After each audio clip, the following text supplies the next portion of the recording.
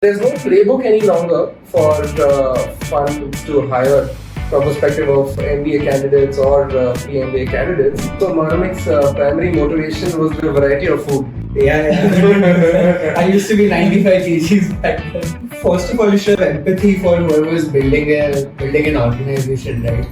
Because at the end of it takes a lot of courage, especially at an earlier stage, right? You might be in a very comfortable role and you're giving all of that up to start with this uncertainty when you're hearing no from 99 people, right? First is that I guess you should have empathy, and second is that you should know how to say no properly. Because as a part of the job, you end up saying no to 99% of the people that you meet, right? So how do you convey that properly? Or how can you best convey it in a way that it's more constructive, right? It's a lot of patience.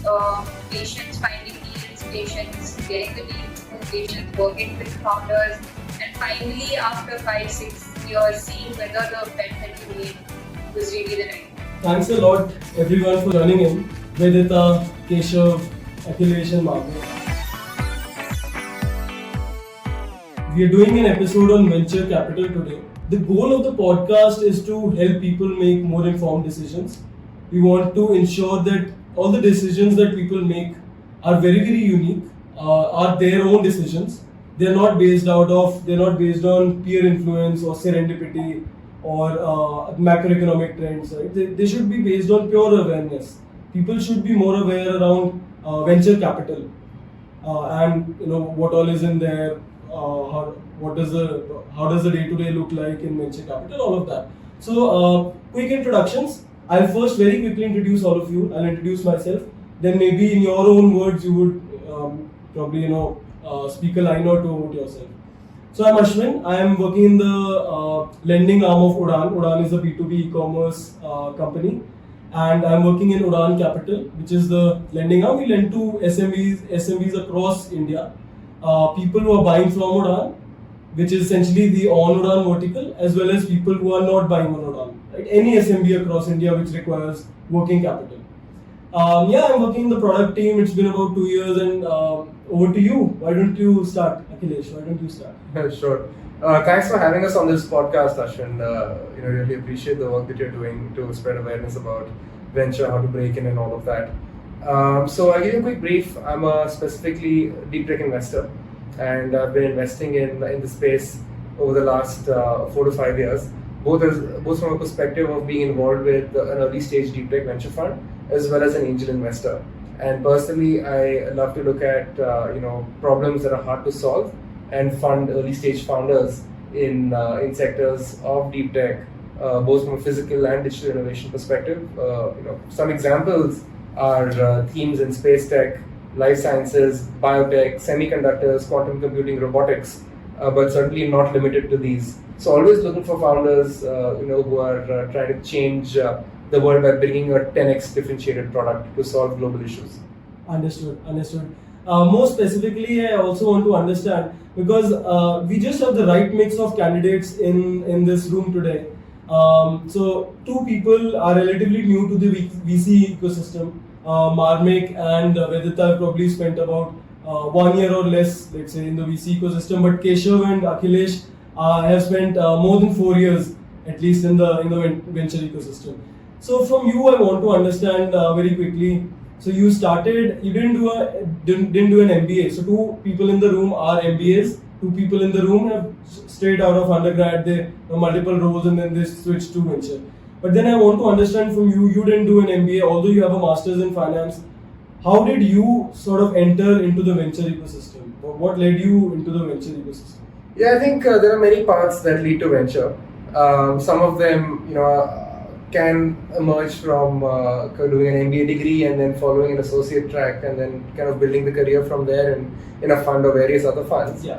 But then there are also tracks like people just graduate undergrad and then move on to doing venture capital roles. And I've seen a lot more of these candidates come in and say that, hey, let's treat MBA or rather let's treat venture capital as a 2-year MBA. Right, and that's why a lot of funds out there also have a 2-year analyst program where they say come in, do a 2-year learning course with us in a way, and move on to your MBA and pursue an operator opportunity or perhaps an opportunity with another fund that is much larger, and of your choice as well. Yeah. So I think there's no playbook any longer for funds to hire from perspective of MBA candidates or pre-MBA candidates. It's I think today there is a larger market for folks looking at coming into venture from an undergrad background, right? Yeah. Micro VCs and smaller funds are always happy to scout this talent and give them an opportunity. Right. On that note, Marvin, why don't you tell us about your journey, because you also came from a non-MBA background, although you have a lot of operator experience, founder's office, Rebel Foods. Why don't you go ahead? Why don't you speak about yourself? Sure, man. So I joined Blume's consumer investments team very recently, less than 6 months ago. Yeah. Currently cover consumer apps and education as sectors. Prior to this, spent 9 years working, out of which 8 was in startups, for 3.5 in Rebel Foods. Then I was in Malaysia for like 8-9 months, essentially to make a very good MBA application story. But my GMAT score is now expired, so I guess I've sailed that ship. And then I got to join Mosaic Wellness, where I was one of the first few folks to join, and actually the first hire, to be honest. Where I first started looking at procuring markers, chairs, blackboards, but eventually went into looking at revenue, and then was in founder's office, and then started looking at analytics and growth. Okay. Yeah. Got it. Keshav, why don't you go ahead and speak about yourself? I think you come from an IM background, and just after your MBA you joined venture. Can you speak a little bit about your journey? Sure, happy to do that. So firstly, thanks for inviting us, Ashwin, and pleasure to meet everyone here. In terms of my background, so I've been in the venture capital space for close to 6 years now. So I spent 2.5 years with Acumen Fund, which is an impact investing fund, right after my MBA. So this was more into, we were doing pre-seed and seed investments in for-profit social enterprises, and I was covering agri, financial inclusion, healthcare sectors there. And post that, in January 2021, I had shifted to an early growth fund called Advertisement India Investments, where I currently work, and it's been close to 3.5 years for me now. Here at Advertisement, we do more of early growth investments, so our ticket size is more around $3 to $15 million in Series A to C companies, right? So that's our focus, and specifically in the team, I manage a few sectors, so fintech, SaaS, or enterprise tech, and the third is agri-tech, which I look at, and then there are the newer sectors like space tech and all, where I might be spending time on, right? So that is there. And in terms of sort of why I joined VC, and I came right after my MBA, right, to your question, was that before my MBA, I'd spent 3 years working in the space, right? So 1 year I spent with consulting, which was a typical sort of stint where you were working with clients across different industries. So they were Fortune 500 clients or PAPC clients, and you were doing various studies with them, right? So market assessment, industry evaluation studies, supply evaluation studies, all of those bunch of different things, right? And then post that, I wanted to try out the financial services industry also before doing my MBA. So I had actually joined investment banking. I joined Goldman Sachs in their investment banking team. And it was an excellent exposure in the sense that I was working with bankers in 16 plus countries across different industries, right? And typically working on pitch books, M&A updates, IPO issuance materials, all of that, right? So a lot of number crunching, financial analysis, evaluation. So my eagerness or motivation to join VC was driven by both those experiences, because in consulting, I had done more of business development, strategic analysis, all of that. While in investment banking, it was more analyzing companies thoroughly, evaluating their financials, understanding their business models better. And I was looking for a blended kind of experience, right? So buy-side really provided that perfect opportunity because it was a blend. During the initial phase, it was more of financial analysis evaluation.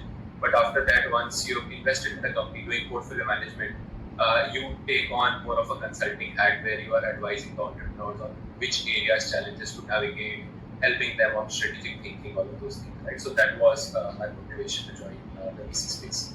Understood. Quick follow-up here. Just to break this down further, you entered IB straight out of consulting, if I'm not wrong, right? Yes. So how did that happen? If you can also walk us through that, because typically that's not a typical route. Sure. Yeah. Sure. So I spent, so the consulting job was an on-campus job itself, which I got. So I had graduated from College of Business Studies, part of the university, and then 1 year was spent with consulting. But while I was performing very well in that role, there was an itch that I wanted to sort of experience the financial world also before doing my MBA, right? I didn't want to be confused post my MBA on what I wanted to do. And that is why I think 8th or 9th month in the job at starting, looking out to look for those kind of spaces, be it, let's say, equity research or investment banking, all of those kind of roles. And interestingly, at that time, my elder brother was working in Goldman Sachs itself. So he had referred me. And post that, there were a bunch of rounds, around 6 to 8 rounds, mix of technical, case interviews, Excel rounds, all of that I had to do. And post that, I joined, right? So it was an interesting stint for that. I think Keshav and I both worked at Goldman. I'm just finding this out now. Oh, okay. During the same time? I'm not sure. Keshav, what years were you there? I was there 2014 to 16. I joined 2017 to 2019. Okay, nice. So, good, nice. Good to know. Yeah. Right. But then, okay, I'll come back to you. But then I think straight out of Goldman Sachs, you joined Pi Ventures. And how did that happen? If you can quickly also tell us about that. Sure. So I was working as an M&A banker at Goldman, Yeah. so across the offices of the US, Australia, as well as India. Yeah. And I was specifically looking at deals in consumer retail, healthcare, as well as technology, media, telecom. And at some point, I realized that I really didn't want to continue looking at these larger $1 billion plus M&A deals where I wasn't really connected to the story or with the founder. And I realized that I wanted to do something more early stage. And there were a series of events that I'm happy to go into a bit later after we've introduced Vedta as well, that kind of led to that eye-opening moment and finally that decision of moving on. And actually there is, there's another founder's office role that I did at an early stage fintech company called Clubworks before before moving on to Pi Ventures. And incidentally, what happened is that right after I quit Goldman, I got into conversations with Manish, who is the founding partner at Pi. And 8 months later, that entire conversation materialized into a role in venture. So it does take a long lead time. It can happen, over a 2-month period. It can take 8 months. It's an industry that's dynamic. Yeah. Which is why we are here today. I think all the paths are very, very unconventional. I have seen 10 people having 10 different paths. People entering venture. Yeah, Vedita, why don't you go ahead and introduce yourself? So hi everyone, thanks Ashwin for having us. A bit about myself. I'm from Dehradun, based here, working remotely. So my journey into venture has been very haphazard, I would say. Right out of college, I played operator roles. I was at Urban Company. I was also at Udaan. I think Ashwin, that's where we were connected. I was doing business development there. But I always had an itch to kind of work in the impact space. And I think what's really led me to venture today is finding the quickest path to create impact. And I work particularly in climate tech. Just all in all focused in climate tech. And I work across the climate capital stack while I work mostly in venture. I also run my own thought leadership organization called Rehead, where we are influencing investors to invest in underfunded sectors in climate. Right. So a bit about how this started is that I realized that climate was a large problem of injustice. We are responsible for creating a lot of the emissions, or the developed world is responsible for creating the emissions, but ultimately the folks who face the brunt of it are those who don't have the means to kind of go against it. And that's when I realized that a lot of the capital globally and in India was actually flowing towards solutions that weren't really serving these communities that were affected by climate, right? And that's where my interest grew at the intersection of climate, innovation, and finance, saying that how can we propel solutions that are actually enabling us to create solutions for vulnerable communities. So my focus today largely is within the climate resilience space in climate, and I can talk more about that.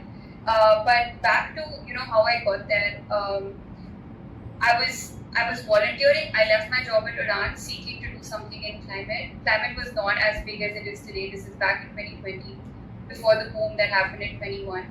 And I started volunteering with a bunch of organizations, again, playing more of an operator role. And eventually realized that leverage is very important when you want to create some sort of impact. And being a mere advisor or a small part in the team is helping you create real leverage. I wanted more of an impact. Like I said, I've been seeking impact through what I do.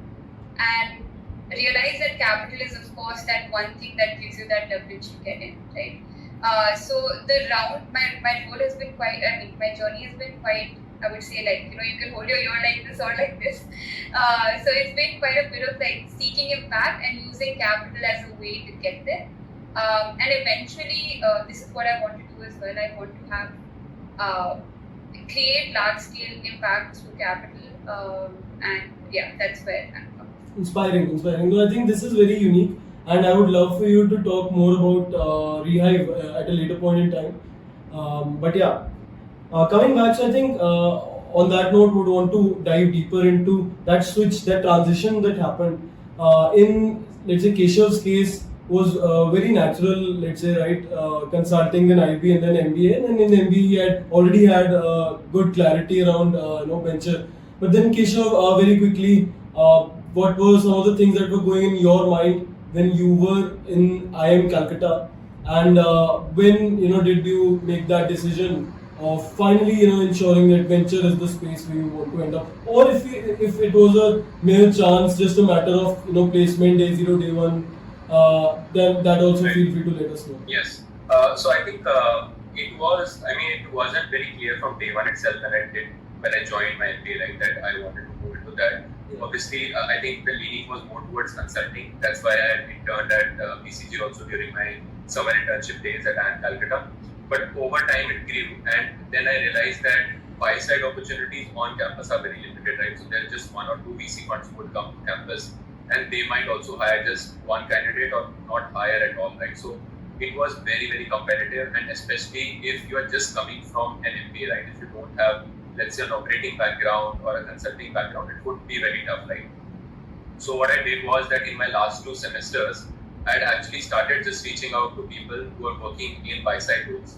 And there was, interestingly, a McKinsey report which had come out that time on impact investing, right? Which was around, I would say, 2018, 2019, which talked about the space, and I became very fascinated with it because it was an excellent way that you were creating profits but with purpose, right? That you were helping, to Vedita's point also, right? That you are helping shape society but doing that in a financially sustainable way, right? So that attracted me quite a lot.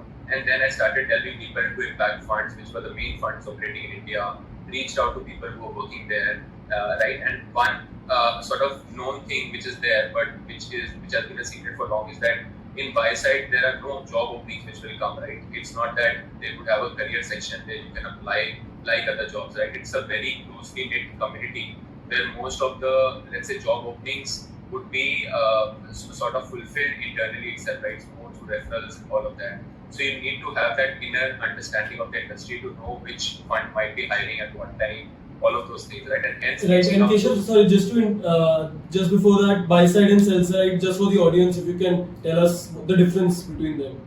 Sure. So buy side is more private equity venture capital, wherein the norm is that you are buying or investing in companies, right? Hence the term buy side.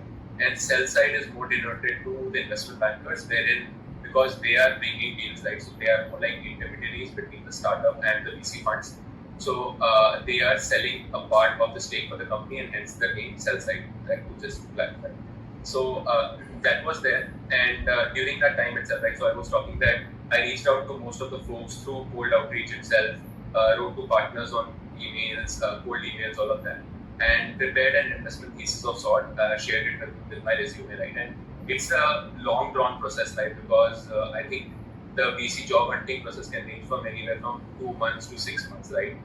Thankfully for me, it took 3 to 4 months that I interviewed with a few impact investing funds, and then finally got offers from a couple of them, and then decided to join. Understood. And I think coming back to Akhilesh's point around, it took him 8 months for that conversation to materialize. Can you speak a bit about more about that as well? Yeah, sure. So this was so sir, can I talk to you about a bit of what motivated me really to move into the venture side? Yeah. So it was back in 2013. I had gone outside. I'd gone to Boston for a short course in entrepreneurship and venture capital and general management as well. And this is during my engineering days. So I graduated in 2014. So in my third year, I had just gone to do an exploratory 6 weeks course and to understand, hey, what is the venture world really about? I also wanted to connect with peers at a global level. So that was an experience that really opened my eyes to to broader horizons of wanting to be in venture. Met a lot of entrepreneurs, heard their stories, and was inspired and wanted to do something of impact, and specifically within the India ecosystem. So that was where it all started. The seed for my venture capital passions was sown back in 2013, and since then I kind of have been trying very regularly to break into venture. But back then, roles for an analyst or an associate were very few and far between. You perhaps have 3 or 4 roles open at the max across the industry in a year in India, and it became extremely hard to compete with folks who are coming from with perhaps better pedigree.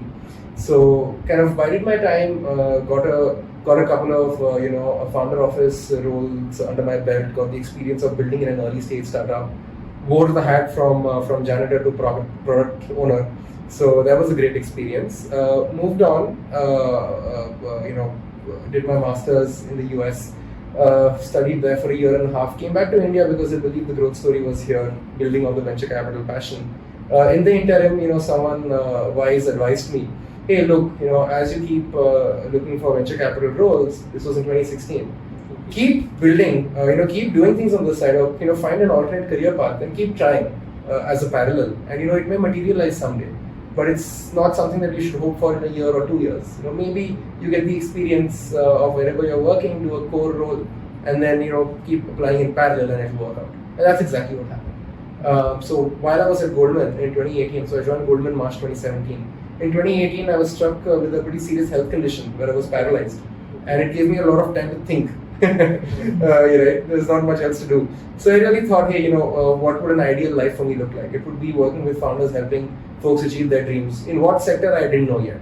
I had no idea where I wanted. I just knew that I wanted to work with early stage founders and I wanted to invest in them. And as Vidita also very rightly mentioned, that use capital as a means to achieve those dreams.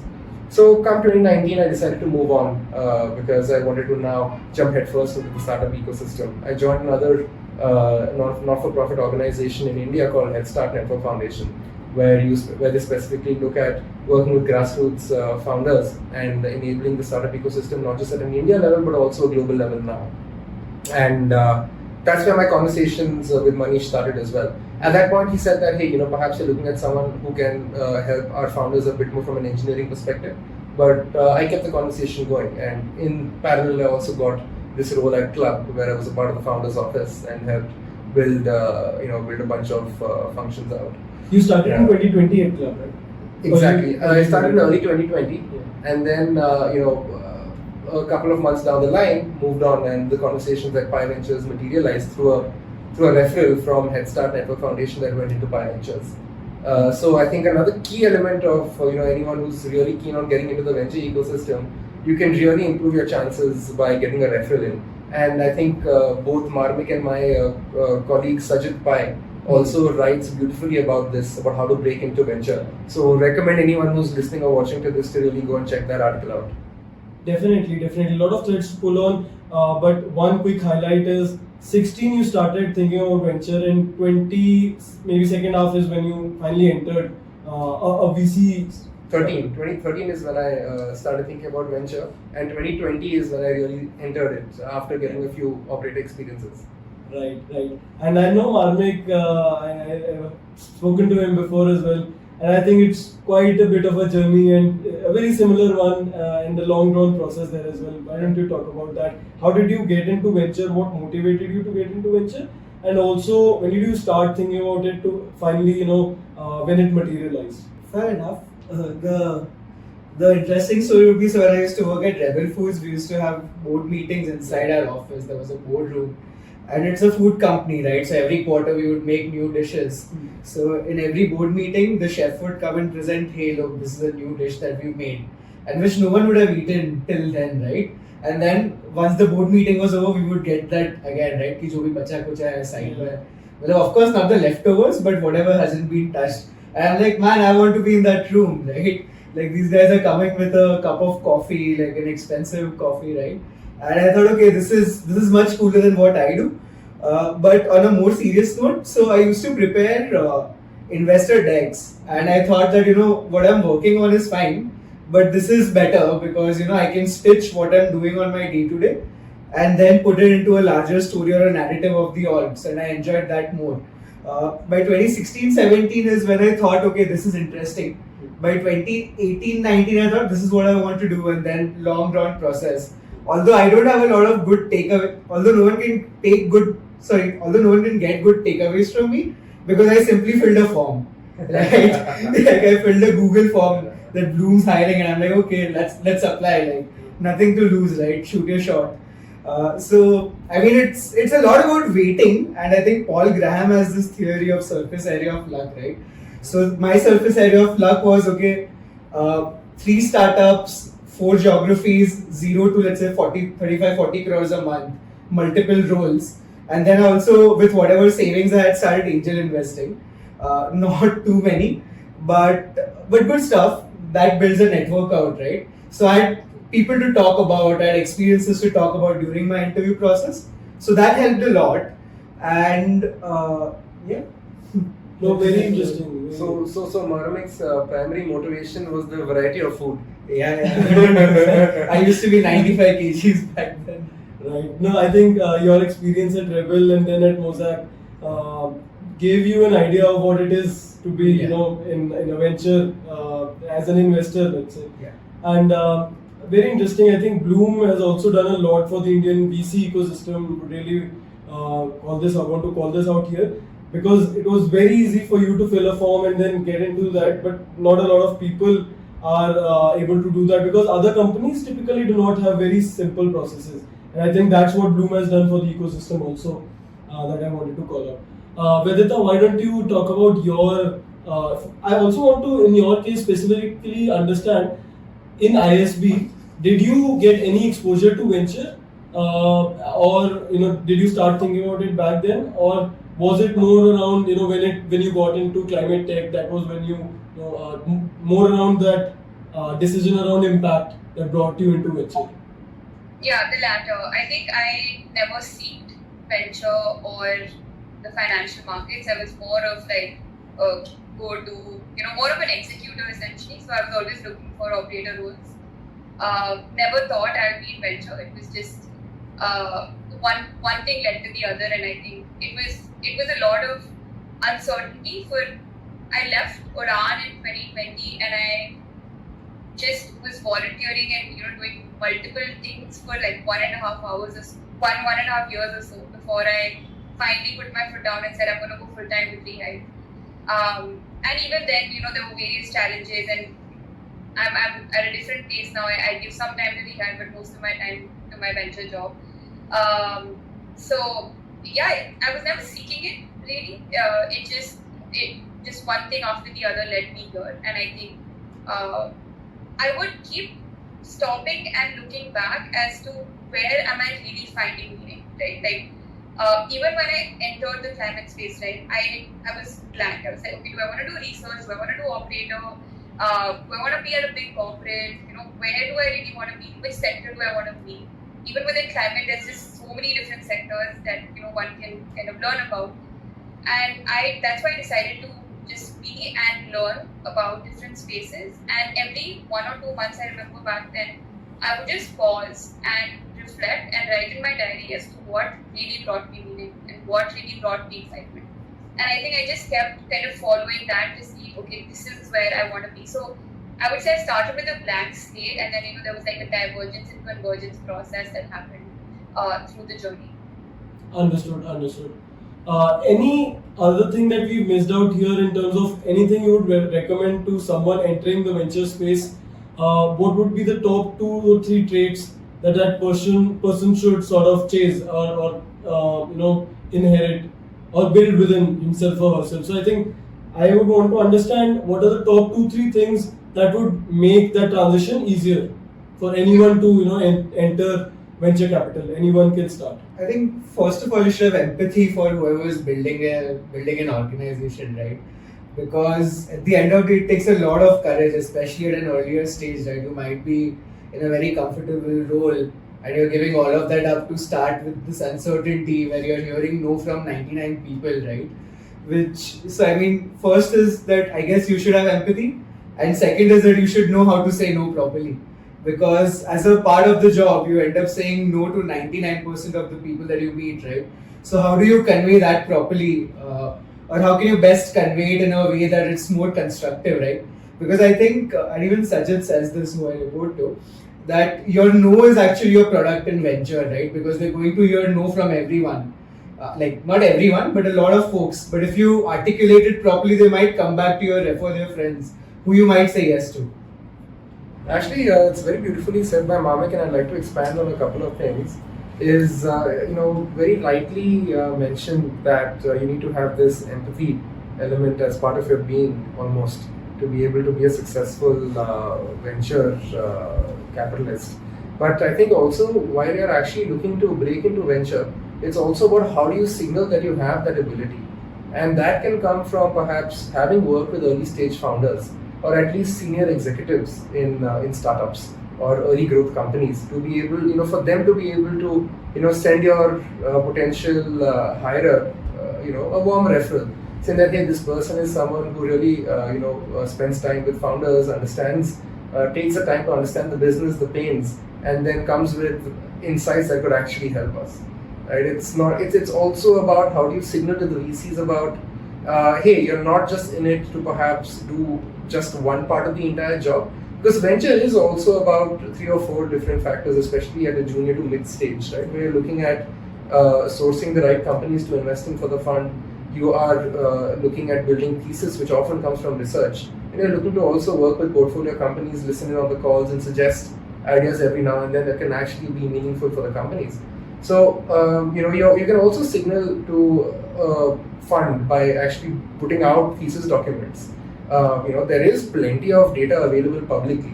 So there is absolutely no dearth of it, and it can all come from a perspective of secondary research. And if you can perhaps perform some primary research by speaking with founders and early stage operators, even better. Nothing, paints a picture like a thesis document or an investment report to signal that you're interested in venture. Understood. Very interesting.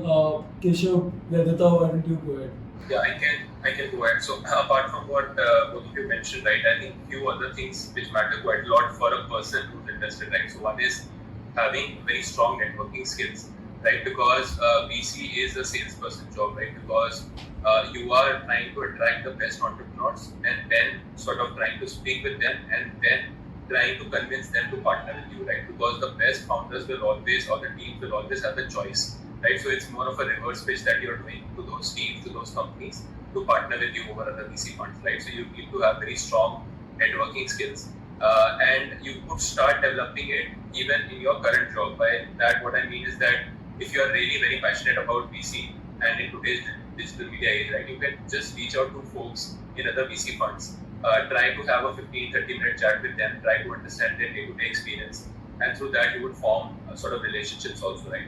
One example which I generally take is that even during my acumen days where I was into impact investing, what I used to do was that I used to send top 5 companies that I used to sort of discover every fortnight to top tier VC funds, right? And through that I developed gradual relationship with a lot of good VC funds and people who are already working there, right? How it helped me was that when I joined Bertelsmann, they already knew me, right? So they were more willing to share deals, share pipeline, which is basically deals, relevant deals for us, right? So all of those things were easier for me. So you could start doing that. Second thing I would say is that you should have, there's a term which is used, right? Strong views, but loosely held, right? That you need to have strong views or opinions about any sector or any company that you're evaluating, because VC job is in the business of making opinions, right? And you will be held against that in 5 to 7 years, but you need to have sharp opinions about any sector, any company which you're operating in. And so those 2 things I would say. And third is just developing a personal brand about you, right? So it could be, let's say, even becoming a podcast host or writing about anything, having your own blog, right, doing multiple things just to create a personal brand, because the competition in the space is so intense that you need to differentiate yourself versus others, right? I mean, getting a VC job is harder than getting admission into a Harvard or Stanford, right? So you need to create those kind of personal brand which helps you differentiate in something. Those would be the top three. Very valuable, very valuable. I think networking, strong views loosely held, and making yourself stand out through some of these other things that one can do. I think very, very helpful. Yeah, whether there's anything else. Yeah. Yeah, just one thing. I think there's a lot of hustle and ownership that you need to have. Like Akhilesh mentioned that you're doing deal flow, you're doing portfolio management, you're building thesis. There's just so many things you're doing. You're basically operating as a mini operator within your fund, right? And there's such high ownership. Obviously, depends on the kind of fund you're in and etc. But if you're able to, and the signaling that Keshav was talking about, by sending across 5 new deals to big funds every fortnight, it was essentially showing a lot of hustle. I do something for a time, but I'm able to take ownership of the fact that I want to be here, and here's 5 deals that I want to share with you guys. So I think it's not a job where you just sit and you evaluate deals. There's a lot that you're constantly doing, and you need to own it up. There's no one going to come and tell you, go find these deals now or do this. You have to just be at every part of this value chain, from finding the deals to evaluating, constantly upskilling yourself, taking them to IC, building those AMs, and then finally portfolio management. There's just too many things to manage, while at the same time constantly building your network outside, right? So you don't miss that next year. So yeah, it's a lot of hustle and ownership, I believe, that you need to expert. Sure, thanks for that. I think we touched upon this, Vedita, Akhilesh. We touched upon this, but I want to hear it from you. How does your day look like in your current job? And also for the audience, I think we need to keep in mind the role in which they are right now, right, in their respective companies. So I think at an AVP level or at a VP level, you do some different things, but at an analyst level, your day-to-day is very, very different, maybe, or maybe not so different. Let's talk about that. Why don't you, Vedita, start on how your day-to-day looks like in your current VC job? I think it depends on which part of the cycle we're in. There's constantly, at the end, like the last 15 days before an IC, you're constantly just focused on doing your diligence and putting that AM together and just ensuring that you have all ground covered, because any question that comes up, you should be able to answer it. Even there's a lot of reaching out to subject matter experts within the space, having conversations. So it's not only networking within the startup ecosystem. When you start getting into the deals, you really have to find who is it that is going to be able to validate or invalidate what the startup is doing. Right? You want to back people who are solving a real problem. You want to talk to competitors. You want to talk to companies building similar things in other geographies. Understand what their challenges. You want to understand why did a competitor go bankrupt 2 years back. Are you kind of taking a bet on the wrong industry? So if you're towards the end of the, I'm starting backwards, but yeah, towards the IC phase, I would say it's a lot to do with just validating your hypothesis. And before that, I think there's a lot of thesis building, a lot of stakeholder management internally as well. You need to get everyone on the same page with respect to what you're trying to sell. You're essentially selling a company inside your fund, right? So, there's, again, depending on the kind of fund you're at, you'll have different levels of people that you kind of reach out to, bring them on your team. Then you have maybe a couple of ICs, again, depending on the fund you have, the structures that you have. And the fag end, the starting of it is all deal flow, right? I've employed so many different ways to do deal flow. Like you find the right kind of keywords and you go to LinkedIn and then you send a connect request to everybody. You go to multiple different reports. You're trying to get access to these market intelligence platforms which are really expensive. So how do you get in for 15 days and get out after a free trial? So all the methods you need to employ to find the right kind of deals, and of course you keep talking to more people. And understand where they're really seeing more action, more VCs, where they're really seeing more action, and If you're lucky, they'll tell you a deal that they passed on and you like.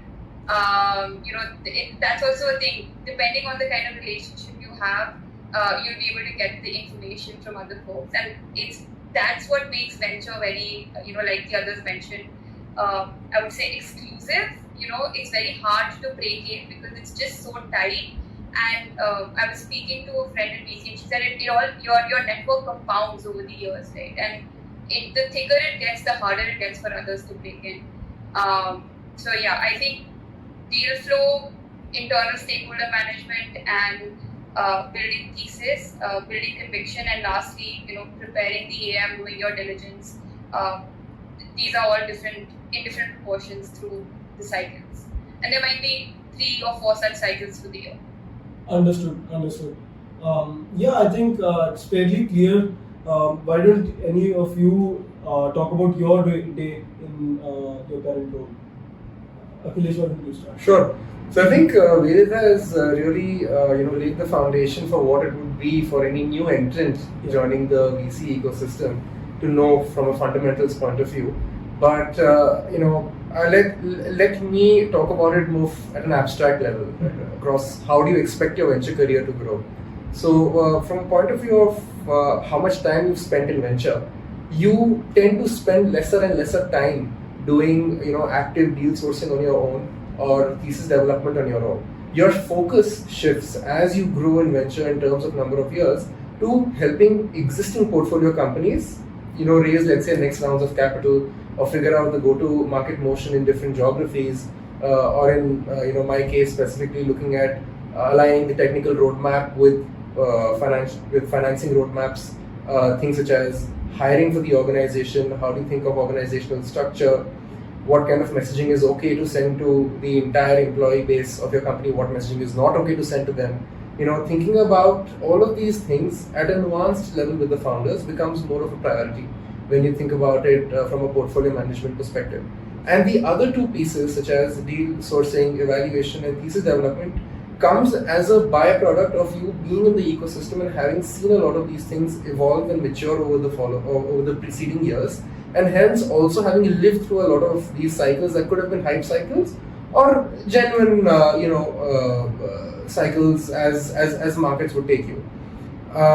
But from a point of view of sourcing, the earlier you are in venture, the harder it is, as Vedita mentioned, right, to kind of create that network. And I think Keshav also touched upon this, which is why networking comes in as a tool that is very handy to start figuring out what companies are out there in the market, what deal is getting hot, can I preempt something and hence perhaps get a piece of the round in a good company.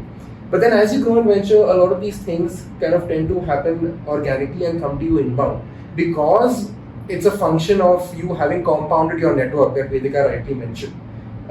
So that is where the abstraction would happen as you kind of grow in your career in VC, and you typically also have then a slightly expanded team to help with actual research and thesis development that you can publish out there to signal to founders that, hey, look, we perhaps may have made investments in this space, 1 or 2 investments, but we're also open to looking at adjacent or allied spaces to this. For example, let's say if you're a fund who's invested in a launch vehicle company in space tech, and you put out a thesis on launch vehicles, it signals not just to founders in launch vehicles that, hey, this company is interested in the space, but also to other companies doing upstream in space tech, such as satellite imagery providers or comms providers, right? And that is where the entire piece of your thesis enablement and publishing comes into.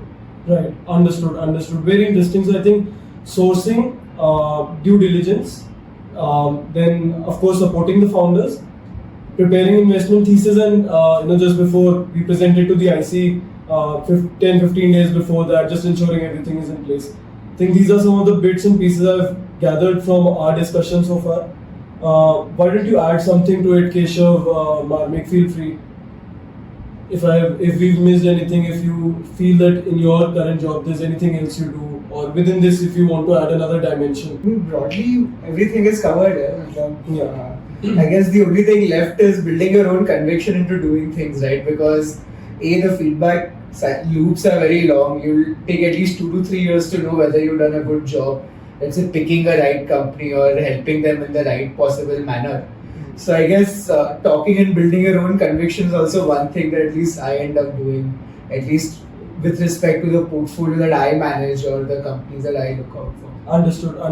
And do you also write often? Maybe on LinkedIn, on blogs, blog posts or something? Anyone?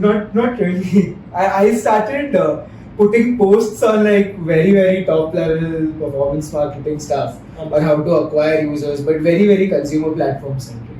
Got it. No, I think Marmak is being modest. Very recently, he published an article on performance marketing. Yeah. And I recommend folks watching this to go check it out. Yeah, noted. And Keshav, why don't you go ahead? Yeah, so I think very similar to what Akhilesh mentioned, right, that in terms of the transition for a VC career, right, it starts more from as an analyst, right, you are more involved in number crunching, Excel analysis, so looking at the MIS, looking at the B plan, understanding that, right, all of those things, and then standard things which you have to do, right, so creating, let's say, monthly MIS report for your portfolio companies, preparing quarterly IC decks, all of those things, right, which are bread and butter for a VC analyst role, right, so the key thing which is tested there is how good are you with PPT, Excel, as well as how you're able to sort of condense that information, whatever you're getting from that PPT, Excel, being able to present it very clearly to your deal team or to the partner in the fund, right? But as you transition into the VC role, it switches from the sourcing heavy to more of a program management and working more with the portfolio founders, right? So as you probably move from an associate to VP now, in VP principle, I think the boundaries start blurring, right? Because you start taking active ownership with your portfolio company. So maybe with your founders, you're speaking once a fortnight or once a month, right? Aligning people on the board on common issues, helping them on hiring, right? So in case they want to hire a CXO, you are interviewing them, and providing them feedback, right? So all of those things take up much more prominence while you are anyways involved in, let's say, sourcing it all, right? But that switches, right? So earlier, if let's say sourcing and deal evaluation was 60-70% as, let's say, an analyst and associate, it switches to more of a 30-40% and the remaining becomes program management, portfolio management becomes 60-70%, I would say. Understood. This is also very helpful, super valuable. What are you reading these days, by the way? If there's anything within venture, if you want to talk about that you're reading, and then we'll come to any space you're bullish on. Maybe if you're reading on the similar lines or if there's anything around that. But yeah, in general, I want to understand what are you reading in venture these days? Any book, any particular newsletter? So I can go at that first. So there are a couple of books that I recommend folks who are looking to break into venture should certainly read, and these are fairly newer and more recent publications. One of them, I'm sure most of us here would have heard of this book called Almanac of Nawal Ravikant. It's a great primer into what an investing lifestyle would be. So personally, the way I look at investing is it's more of a lifestyle than a career, at least personally, because I like to get very involved with portfolio founders, and a lot of deals in my personal portfolio as an angel have been closed on this very couch, right? So that's something that is very personal to me, and I tend to spend all my waking hours, working with founders, spending it with them. So not all, that's an exaggeration, most of it.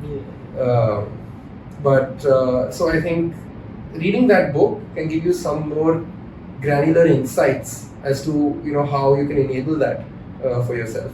From a perspective of let's say broader technology outlook for the next 15 to 20 years, there's an amazing book. It's called The Anthology of Balaji. I would again recommend folks who are looking at getting into tech investing to spend some time with it. Perfect. Anything else you would want to add? Any particular newsletter, any book that gave you some advantage in venture or maybe shaped your thoughts? Vedita, why don't you go ahead, Keshav? So a couple of things, a couple of books which I can probably add in a few podcasts because I listen more to podcasts. So one is The Hard Things About Hard Things by Ben Horowitz, which is an excellent book, right? So it is from one of the A16Z founding partners, right? Which talks about his initial entrepreneurship days and how he saw the entire stock sort of stock boom and then the dot-com bubble, all of that, and then they sold the company. And it talks about the crazy journey of entrepreneurship, right? Which I think everyone should become accustomed to because it looks very glamorous from the outside, but it is constant sort of challenges, hustle, failures, pains, which you will see through an entrepreneurship journey. One is that.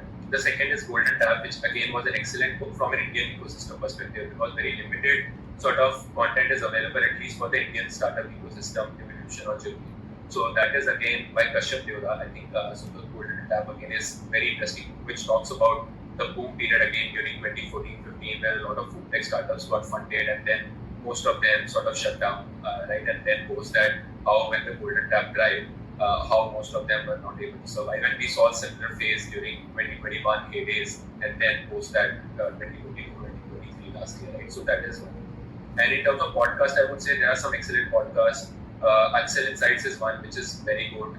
There is Matrix Moments by Matrix, which is there, right? Blume again does a great job as also mentioned, right? So the Indus Valley sort of the report which was published, right? That's an excellent primer just to understand the Indian consumer landscape, all of that.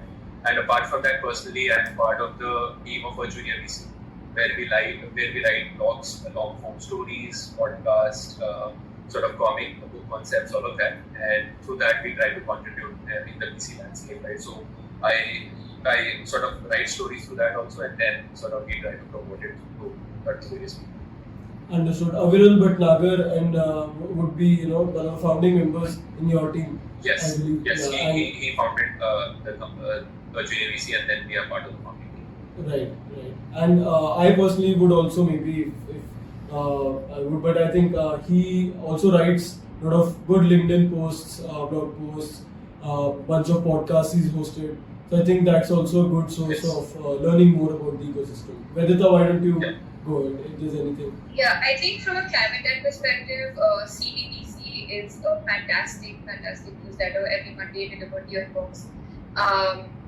Very holistic and updated view of what's happening in the larger climate tech ecosystem.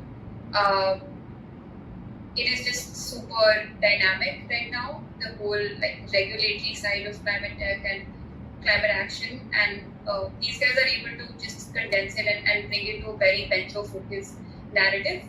So from a climate tech perspective, I would suggest that. And another book which I have on my list but haven't finished, I've started, is Secrets of Sandal Road. This is by Scott Cooper, and I've heard great things about how it teaches you the fundamentals of venture very, very well. So, and that's the experience that I've had as well through the parts that I've read. So yeah, I think that those are two leading sources that I'd recommend. Super. So the audience already has has a very interesting list of books.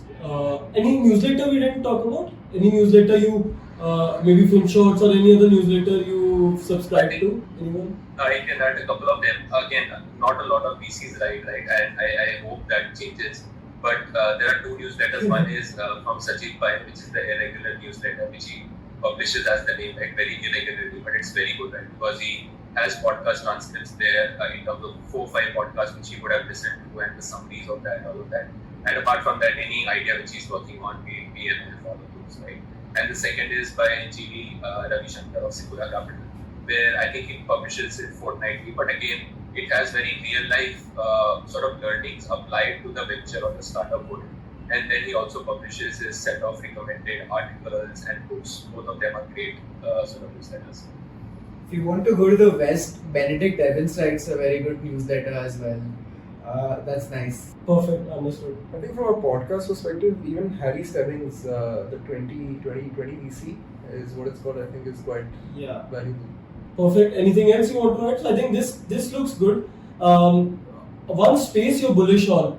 Is there any particular space? I'm sure Akhilesh would say deep tech, but anything specific, of course, and then, I know that we have climate tech, deep tech, but then, moving forward, if you think that there's a lot of potential in one particular space that has really, really come up, and please don't say Gen AI, because we all know that, people are building a lot of very good stuff there.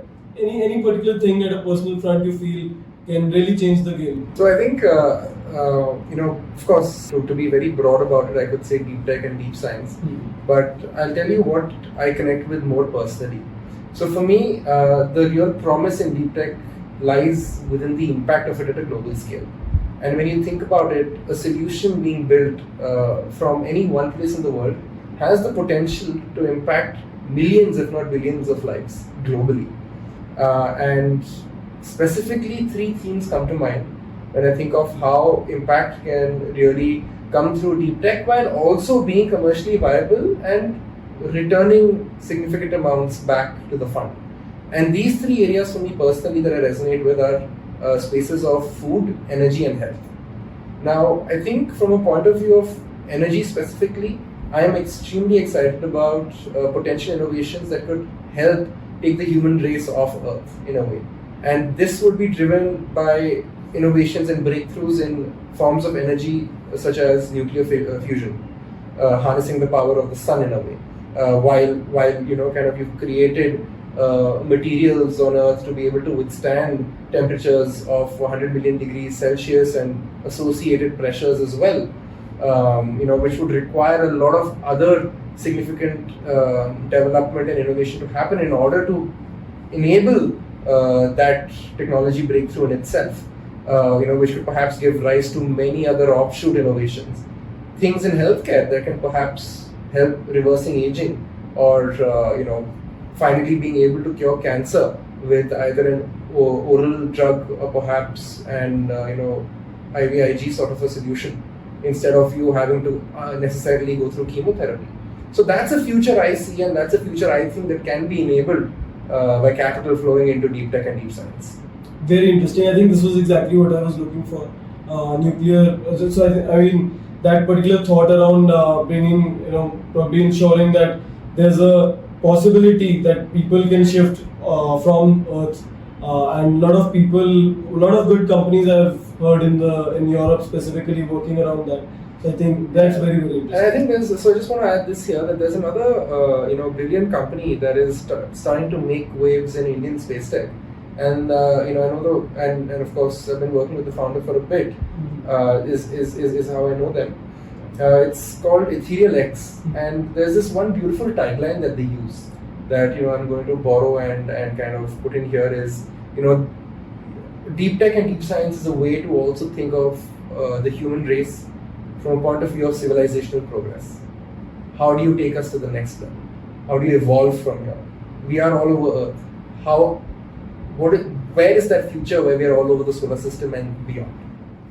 Very deep. Yeah, makes sense. Okay, Keshav, why don't you go ahead? Yeah, so I think I look at few sectors, right? So fintech, agri, and SaaS. So probably I could double click on fintech, right? So there are things which excite us. So if you look at it at a higher level, right, and there are certain segments like lending, wealth management, insurance, and payments which are there, right? So for us, payments we feel is while there are interesting cross-border payment plays emerging, right?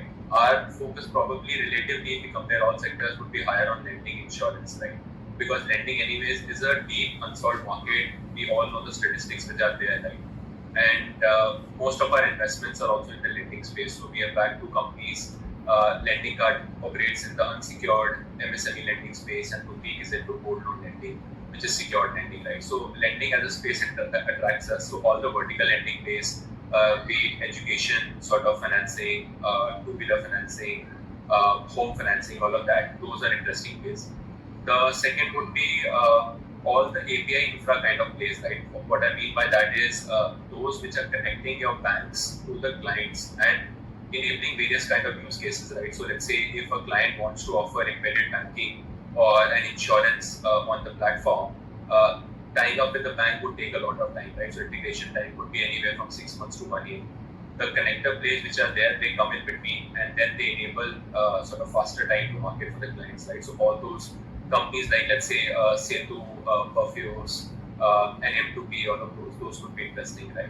And then there could be cross-border payment plays which are emerging very rapidly, and that's a very interesting area which is coming out, wherein let's say what a TransferWise and sort of PayPal and all have done globally. Now you have the same set of companies who are focused on the SME, solving for the SME cross-border leg, right? So helping them remove the friction in the entire payment journey, reducing the fees, markups, forex, all of that charges, and making it a very seamless, convenient process, right? So again, there are companies like let's say Skylo, Pay Local, Taza Pay, all of them which are coming up, which is solving that space. Right? Those are some of the areas which attract us. Or again, there's a list of them. but I'll just pause on those. Very interesting. Yeah. So cross-border payments, lending, and what was the second one? API infra. API. which Yeah. are there. API. Yeah. Marketing, Vedita. I can go next. Sorry, go ahead, please. Sorry. Okay, fine. So mine's more anecdotal than what you can see. So it comes from a personal belief as well, because I only started taking tuition classes in 10th, and I only went for tuition for 3 years, 10th, 11th and 12th, to clear my board exams. I've not taken classes for competitive coaching as such. Now if you look at within education, most of the very highly funded orgs, right, or businesses always revolve around test preps, right, more than anything else. But even if I look around me and within my cousins and larger circle, everyone puts their kids in coaching or tuition from first or second grade itself, because two people both working professionals, right? So I feel that there's still a play to be made in education, which doesn't rely on inside sales, right? Like what happened with a few companies that have not done well, because they rely on feet on street, right? So how do you sort of automate it, right? Like it could just be smarter WhatsApp messages for all you know. It's the same model but a different GTM motion, which is perhaps more scalable and doesn't have misalignment of incentives, where a guy who goes to every parents' home and missells the product sort of reduces, right? So more on those lines is what I'm thinking about. Although I haven't found a lot of plays or odds in that building in that direction, but sure, with time to come we'll find. Interesting. Very interesting. Very interesting. And this comes from your personal experience, so you're able to relate to it much more. Yeah. Perfect. Vedita, please go ahead. Yeah, I can briefly touch upon, I think, 3 things. One is food. We know how inflation grew this year. We know how cocoa prices are rising. We know how coffee shortage is happening, all because of rising temperatures, right? And it's going to become more and more of a reality as we go ahead. And this is something super basic. Like we as a race cannot survive without food. So evolution in food, and I think this is where Akhilesh's expertise on like deep tech in seeds and how we can make our seeds more climate resilient. Our inputs, right? Fertilizers, huge industries.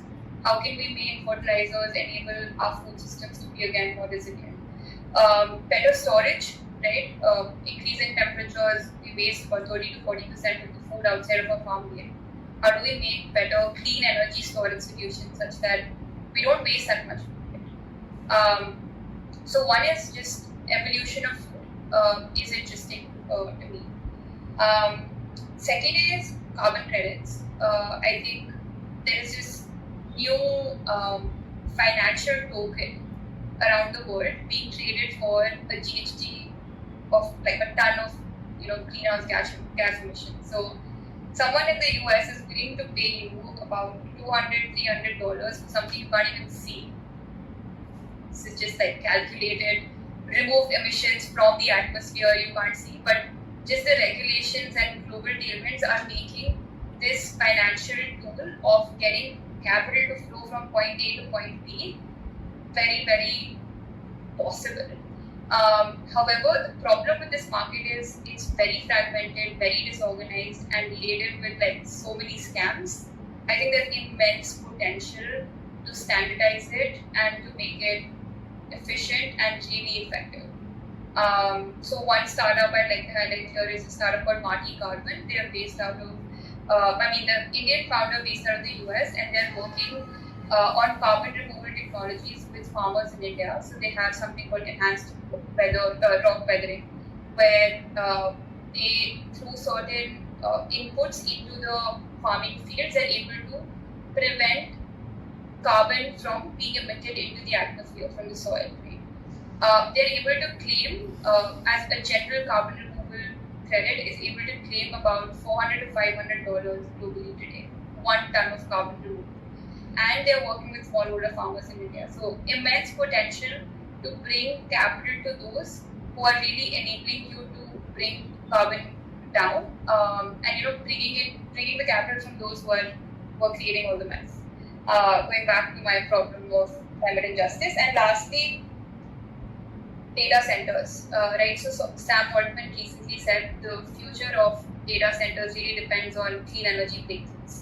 um, AI just requires a bunch of different, like a large amount of energy, and unless we're able to find how we power that through clean energy sources, we're not going to be able to grow the way that we want to. And you mentioned Ashwin, AI and Gen AI and stuff, but it needs energy to operate. So clean energy breakthroughs, and again, one startup I'd like to mention here is Deep Clean. They recently raised $200 million euros, sorry. What they're doing is very interesting. They use heat from data centers in Europe to heat up pools. So they've built data centers under indoor swimming pools. So these pools need to be heated, typically heated through non-renewable sources, and these data centers release huge amount of heat. So they're able to essentially reduce. They're able to power the swimming pool through the heat of the data centers, right? There's a bunch of more innovation they've done around how the data centers are also getting powered in the process. But yeah, some really cool stuff coming up. Very cool, yeah, very interesting. So I think thanks for talking about the unconventional stuff. Thanks for talking about very, very different things and not touching about Gen AI. So I think thanks a lot for that. One thing you really like about venture, very quickly, whoever wants to go first. One thing you really like about venture, and then we'll also talk about one thing you don't like. But yeah, I guess the ability to switch between sectors and functions within the same day, right? Like today I might be looking at a content platform, and then suddenly I'm looking at education platforms, and then I'm looking at consumer services all within the same day. So that really excites me, and I think that's one good thing about being in a venture capital sort of a role. I think just pulling on the thread that Mamik started weaving, for me it's about being able to enable different kinds of founders to achieve their dreams, and hence also a broader dream of significantly changing how certain things are done in the world. And I think that is also from a perspective of deep tech and deep science, and goes back to the impact at a global scale that I was mentioning. But over time, that's come to become more of a passion area for me, to see how to kind of work with a variety of different founders, trying to create breakthrough innovations in their own spaces and create that 10x disruption globally. Super, wow, yeah. Rishabh, Vedita, how about you? For me, I would say just being in the thick of innovation, right? Because every day you are speaking to entrepreneurs who are super passionate, super curious, and excellent hustlers, right? And they are sort of talking to you about new innovations, new ideas, and just listening to that, forming your view, whether you could sort of partner with them. That is the most exciting part of the job. And the second thing is, I mean, as custodians of capital, right, you have that ability to shape how the future will become, right? So what ideas you're funding, what ideas you're not funding, that will in turn determine how the society, how the entrepreneurial fabric in India shapes up, right? So I think those are the main things which really excite you about the venture. For me, I think what's most exciting is how humbling the job is. Just speaking with such fantastic founders and learning about their journeys, and being able to be in those moods and really listen to them, I think it's super exciting. Yeah, it's sometimes you just like I just step back sometimes when I'm like sitting in rooms with these fantastic founders who've done so much in life and now are dedicating their lives to something that they care about. I don't think any other industry would give you that kind of exposure. And what it also does is it pushes you to do better, right? Like you can see how good they are and what they're doing, and you really have to be on top of your game. So I think it's very humbling, and that's very fun. Vedita, does this also have to do with ambition? Maybe you're working with very ambitious people who always want to hit the ball out of the park. Or is it more around people who are very, very structured, people who are, or let's say who are very passionate, who've dedicated their lives to one cause? Which one is it? Is it more around working with ambitious people or working with passionate people? I think it's working with very smart people. Okay. Yeah, they'll come in with the passion, they'll come in with the ambition, everything, but they're just really smart. The way they look at the problem, the way they've found solutions to the problem, right? We all see problems all around, But these guys have gone ahead and found innovative solutions for them. So I think it's a combination of all of these things. Understood. And on similar lines, I think you know the next question already. But when we talk about career paths, when we talk about venture in particular, we should also talk about some of the things that people should be aware of before joining venture, right? There's always cons of consulting, investment banking, any field, right? So one thing that you would want to not warn people, but then still want to call it out that okay, hey, say this is one thing that is probably not so good about venture, right? So why don't you talk about that one thing that you would want to call out? I can start if that works. I would probably say, one point itself, but it's broken into two things. One is, which we discussed earlier, right? The ability to always constantly say a lot of no's, right? Which is there, because that always affects you also in some sense, because you are meeting the best teams, but still you would be able to fund only 1% of them, right? So the ability to say no, and that too very empathetically, that matters quite a lot. And you will have to constantly say no, right? So no is the majority of decisions that you would make, which is there. And the second thing which is linked to that is having a strong, very sort of marathon mindset, being extremely patient, right? Because I think a lot of people are attracted now by it being very glamorous, looking at Shark Tank like shows that you are just listening to the pitch, investing in 15 minutes, then your job is done, right? But the real work starts after you invest in the company, because you are working with them for the next 5, 7, 10 years to make that big.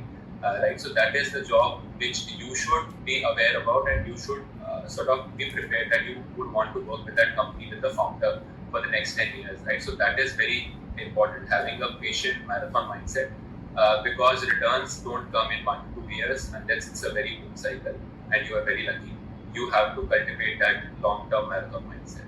Understood. It's a long game, and people. So on Shark Tank, we don't see the part where people work with founders, where we are supporting founders. And so they just see the first. They just see the first bit, and also they don't talk about sourcing the founders. I think it's just a very small piece of the entire puzzle, and that is what leads them into the glamour as well. And also on your first point, saying no without burning bridges, I would say also maybe, because maybe at a future point you would want to invest in the same companies.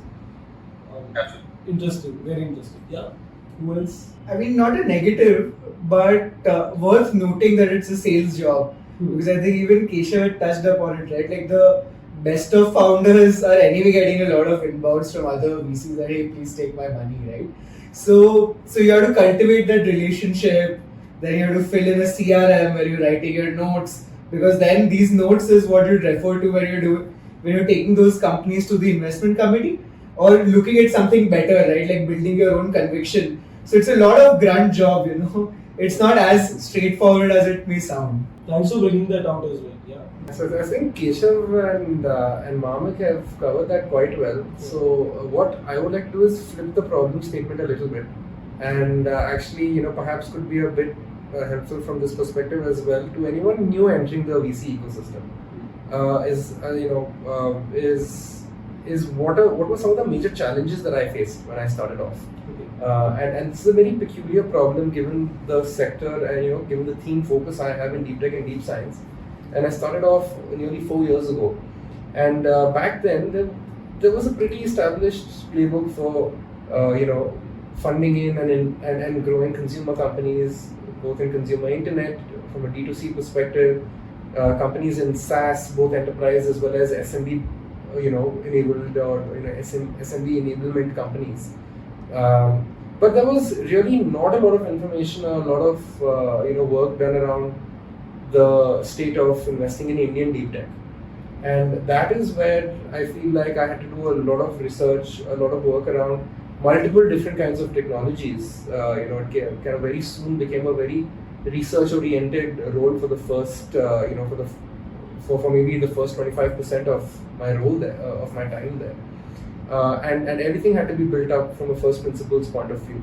And that was one of the core challenges that I faced, right? You kind of are literally doing primary research. There is nothing to go off of from a secondary perspective. Of course, there are scientific papers on various different subjects in quantum computing, semiconductors, in themes of space tech, computing itself, biotech, life sciences, and a bunch of other things.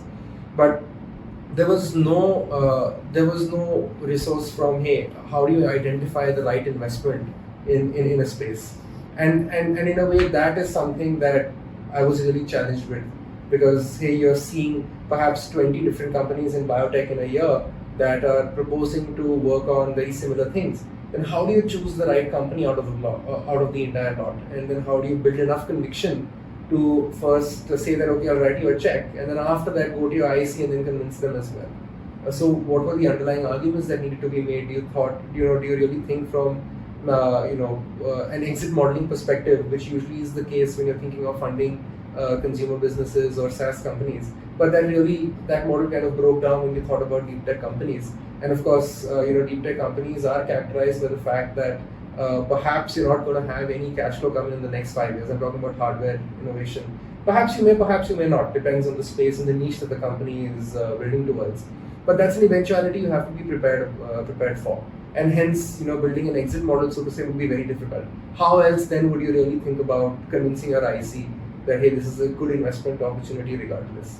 So all of these things kind of became a challenge and became a really fantastic learning ground for me to really think from a grounds up point of view and then carry on and grow from there. Very valuable. Yeah, thanks a lot for that. I think just adding a bit of what Keshav and Amrish said, it's a lot of patience.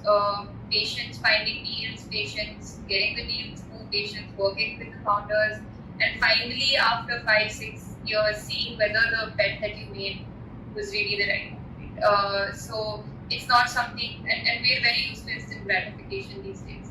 So really finding whether what you're doing is creating value takes time.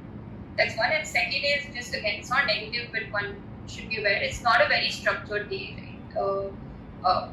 Akhilesh did mention you're supporting founders, someone with hiring, someone with modeling, someone with connect somewhere. You need to you need to do everything essentially.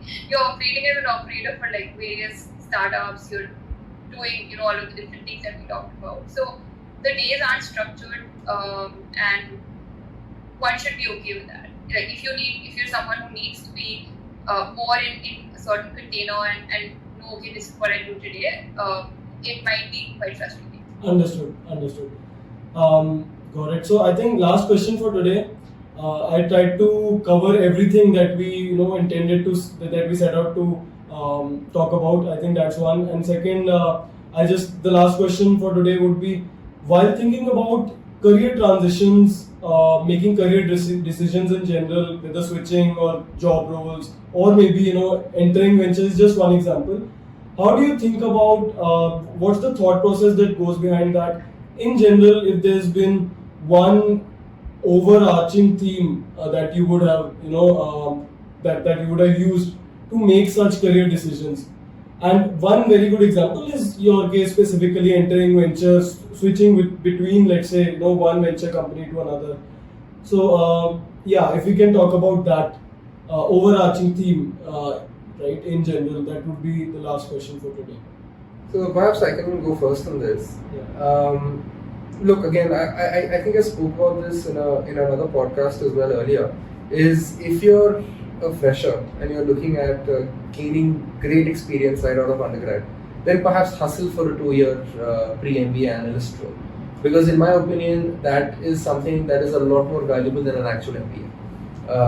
And of course, it may be a very loaded statement, but I've seen a lot of brilliant analysts move on from doing, let's say, 2 years in venture capital right out of undergrad, and then kind of going on and doing degrees from some of the most desirable universities out there as well. Then on the flip side, let's say that you're an operator and you're looking to get into the VC world. In my, the way I think about it is that is a life career VC that you're thinking of, right? You're going to switch from an operator role to a VC role to stay there for a good amount of time, right, for the next 8 to 10 years. Because you've learned all there is to learn working in a startup. You now want to help and guide founders. You want to invest capital in them and significantly advance or move the needle, from an India perspective or from a tech perspective or whatever it is that your investing passion leads you towards in the early stage. The other is then moving on from venture to join a couple, to maybe join a portfolio company or become an operator after that.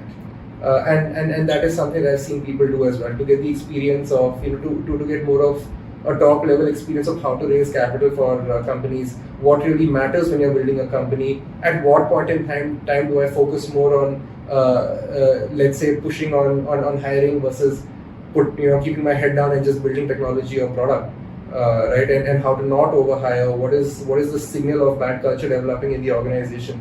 So and of course many more themes, which is what you really get to learn as someone who's been in the VC space, and taking those learnings back and giving it to, let's say, startups that that you want to work with or for form an operator role, that could be very valuable for that company that you're working with. Unique, yeah, very insightful. Yes, anyone else? Keshav, why don't you go ahead? Maybe if you can talk about how you thought about career paths in general.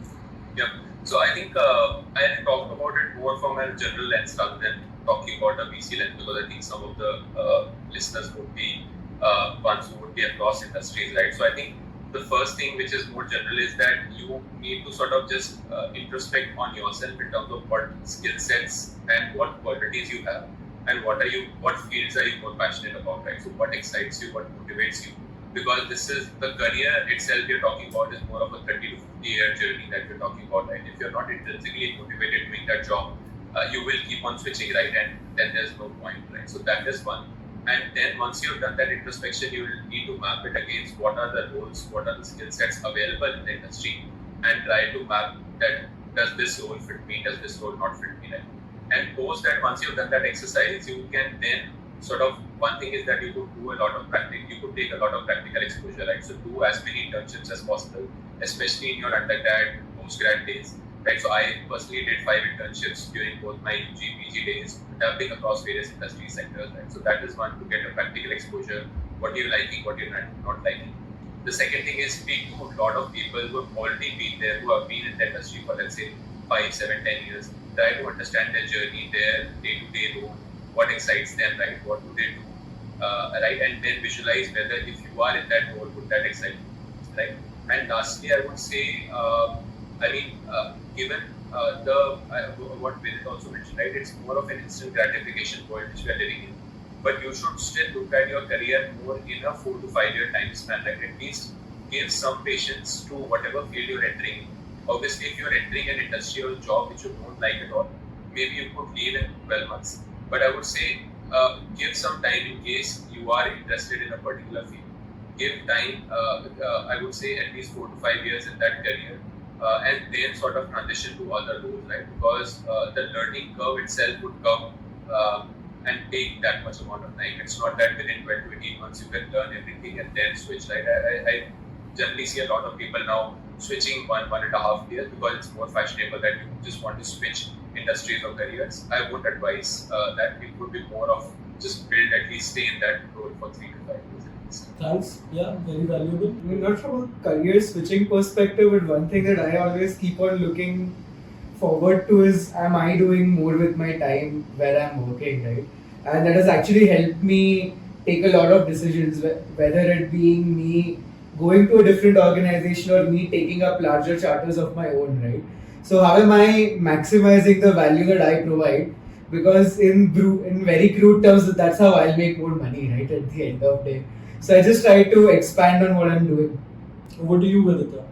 I think Keshav covered quite a bit of what I wanted to say, but just one thing, a lot of folks that I speak to who want to get into VC, they haven't really interacted with startups or the startup world, right? Like, I think there's this whole glamour aspect related to the job, which makes a lot of people want to do it and not really seeing whether it is something you want to do. So like Keshav said, that you have to see whether this is exciting for you. Do you like, going deep into one particular problem statement and solving that, or do you like being slightly more top down, more horizontal, learning about different business models and kind of then doing that, right? So I think it's at each step really seeing what is it that you value, what is it that excites you, and pausing to kind of reflect on that is super important.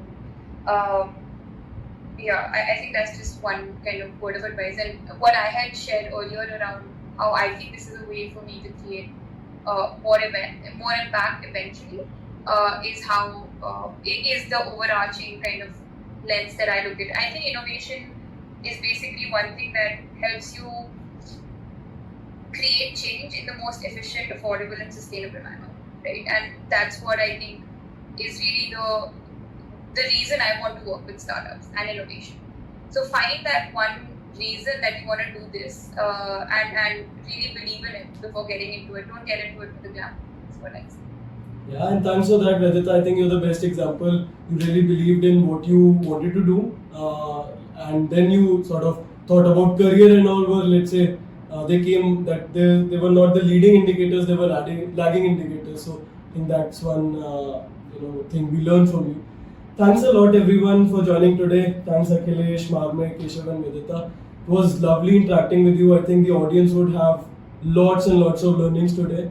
I have personally read a lot in the last 1.5 years about venture, which is why I think some of the questions you must have found them very relevant to what people are asking these days, right? Because these are some of the questions that people ask me or I had myself, right, when I was thinking about venture capital in general. So thanks for spending time on a Sunday afternoon. Thanks Marmik, Akhilesh for offering his place as well for recording the podcast. Thank you. Thanks everyone. Look forward to speaking again. Thanks a lot.